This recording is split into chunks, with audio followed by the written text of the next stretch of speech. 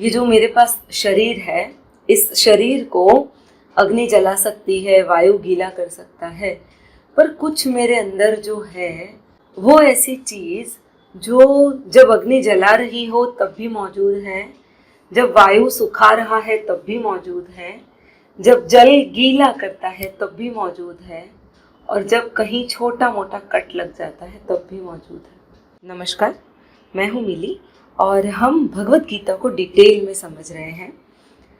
अब आप मुझे एक बात बताइए, जैसे ही हम जीते हैं डे टू डे लाइफ, सुबह जगते हैं, काम पे निकलते हैं, घर पे थोड़ा बहुत काम कर लेते हैं, बच्चों को संभालते हैं, बड़ों को संभालते हैं और बस सो जाते हैं। काफ़ी सारा टाइम मोबाइल में देते हैं। हम कभी भी इस चीज़ को महसूस नहीं कर पाते हैं कि हम इस बॉडी के अलावा भी कोई एक ऐसी एंटिटी है जिसके बारे में कृष्ण हमें भगवत गीता में समझाने की कोशिश कर रहे हैं। तो चलिए आज हम देखते हैं कि भगवान हमें क्या बता रहे हैं, हमसे क्या बात करना चाह रहे हैं, या फिर ऐसा कहें कि अर्जुन को क्या समझा रहे हैं। क्यों ऐसा लगता है कि हमने अपने आप को कहीं ना कहीं मिस इंटरप्रेट किया है, हम अपने आप को ढंग से जान नहीं पाए हैं। आज का ये जो श्लोक है वह सांख्य योग अर्थात अध्याय 2 का श्लोक नंबर 23 है। अब इस श्लोक बहुत पॉपुलर है, काफ़ी मूवीज़ में भी इसके बारे में बोला गया है। और ये श्लोक कुछ ऐसा है, नैनम छिद्दन्ति शस्त्राणि नैनम दहति पावकम न चैनम क्लेदयत्यापो न शोषयति मारुतः। एक्चुअली ये मेरा भी वन ऑफ द फेवरेट श्लोक है, इस वजह से मैंने ये बोल दिया। चलिए आगे देखते हैं इसका अर्थ क्या होता है।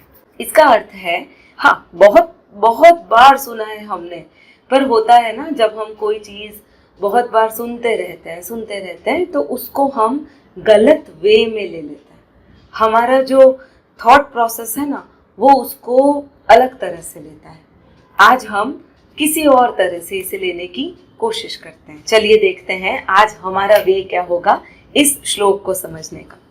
भगवान कहते हैं, इस आत्मा को शस्त्र नहीं काट सकते, इसको आग नहीं जला सकती, इसको जल गीला नहीं कर सकता और वायु सूखा नहीं सकता। इसका एक और भी है, अगर जल की बात करें तो इसको जल गला नहीं सकता और वायु नहीं सुखा सकता। अब भगवान ने तो कह दिया, आप कभी अपने हाथ को अग्नि पे रख के देखिएगा, क्या आपका हाथ जलता नहीं है? काफी बार सब्जी काटते वक्त या किसी चीज को काटते वक्त क्या आपके हाथ में छोटा सा कट कभी लगा नहीं है? हम बहुत गर्मी में होते हैं और पंखे या एसी के नीचे आते हैं, तब क्या हम और हमारा पसीना, जनरली हमारा पसीना क्या सूखता नहीं है? अगर हम पानी में जाते हैं तो क्या हम गीले नहीं होते? तो ये भगवान ऐसी कौन सी एंटिटी के बारे में बात कर रहे हैं जो न अस्त्र काट सकता है, न वायु सुखा सकता है, न अग्नि जला सकता है? इसका सीधा मतलब ये निकलता है कि भैया ये भगवान जो है वो हमें इस अर्थ की, इस यूनिवर्स की किसी चीज के बारे में नहीं बता रहे हैं, ये बता रहे हैं हमारे आत्मन के बारे में। अब सवाल ये नहीं है कि भगवान बता रहे हैं और हम सुन रहे हैं, बस काफी है। सवाल ये है कि हम इस चीज को कैसे लेते हैं। तो इस चीज को लेने का जो मेरा तरीका है वो सिर्फ इतना, ये जो मेरे पास शरीर है, इस शरीर को अग्नि जला सकती है, वायु गीला कर सकता है, पर कुछ मेरे अंदर जो है वो ऐसी चीज जो जब अग्नि जला रही हो तब भी मौजूद है, जब वायु सुखा रहा है तब भी मौजूद है, जब जल गीला करता है तब भी मौजूद है, और जब कहीं छोटा मोटा कट लग जाता है तब भी मौजूद है।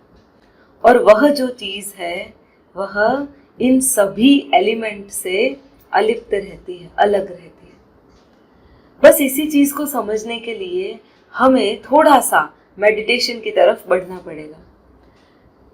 देखिए मित्रों, जब हम मेडिटेशन करते हैं ना, मेडिटेशन करने का सीधा सीधा हमने उसका सिंपल सा हिंदी कर लिया है ध्यान।